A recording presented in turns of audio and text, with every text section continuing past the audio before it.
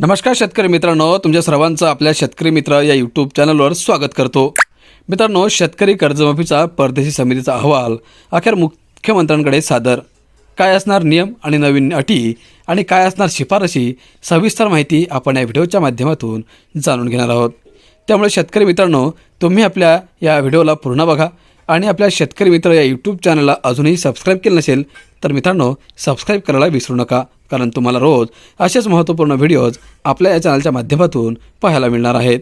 तर चला जास्त वेळ न घेता सविस्तर माहिती आपण जाणून घेऊयात।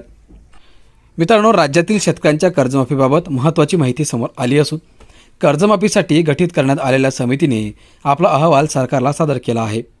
प्रवीण परदेशी यांच्या अध्यक्षतेखालील उच्चाधिकारी समितीने हा अहवाल मुख्यमंत्री देवेंद्र फडणवीस यांना दिला असून आता कर्जमाफी लवकरच होईल अशी शक्यता व्यक्त केली जात आहे। तर हा अहवाल छाननीनंतर मंत्रिमंडळासमोर मंजुरीसाठी ठेवण्यात येणार आहे। त्यानंतर आता या अहवालात नियम, अटी आणि शिफारशी कोणत्या असणार याकडे शेतकऱ्यांचे लक्ष लागले आहे। तर शेतकऱ्यांची थकीत कर्जातून सोडवणूक करणे आणि त्यांचे जीवनमान उंचावण्यासाठी उपाययोजना करण्याबाबत शिफारशी या अहवालातून करण्यात आल्या आहेत अशी माहिती सूत्रांनी दिली आहे। राज्यातील शेतकरी कर्जमाफीच्या निर्णयाबाबत प्रश्न उपस्थित केले जात असतानाच कृषी मंत्री दत्तात्रय भरणे यांनी स्पष्टीकरण दिले होते। तर राज्याचे मुख्यमंत्री फडणवीस यांनी देखील खरीपाच्या पेरणीआधी शेतकरी कर्जमाफीचा निर्णय घेतला जाईल अशी घोषणा मंगळवारी म्हणजेच 21 तारखेला केली होती।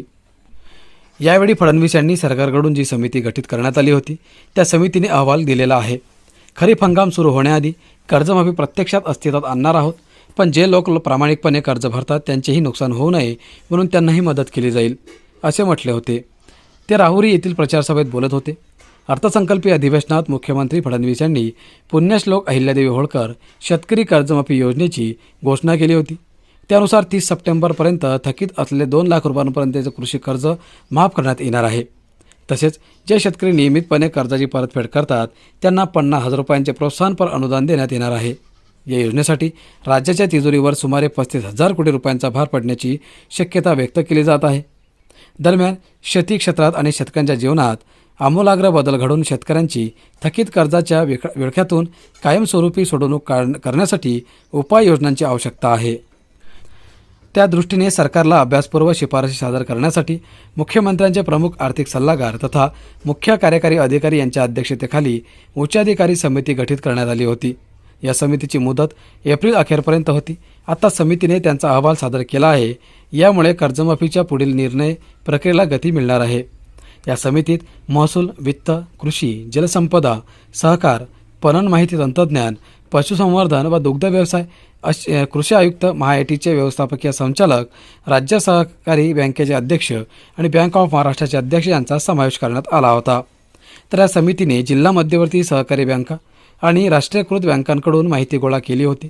समितीने थकबाकीदार तसेच नियमित कर्जफेड करणाऱ्या शेतकऱ्यांची यादी तयार करत हा अहवाल तयार केला। शेतकरी कर्जमाफीच्या निर्णयाबाबत समितीने अहवाल तयार केला असला तरी अटी आणि शर्तीबाबत अद्याप स्पष्टता नाही, पण 2017मधील कर्जमाफीप्रमाणेच पुण्यश्लोक अहिल्यादेवी होळकर शेतकरी कर्जमाफी योजनेच्या अटी शर्ती असू शकतात असा तर्क लावला जात आहे।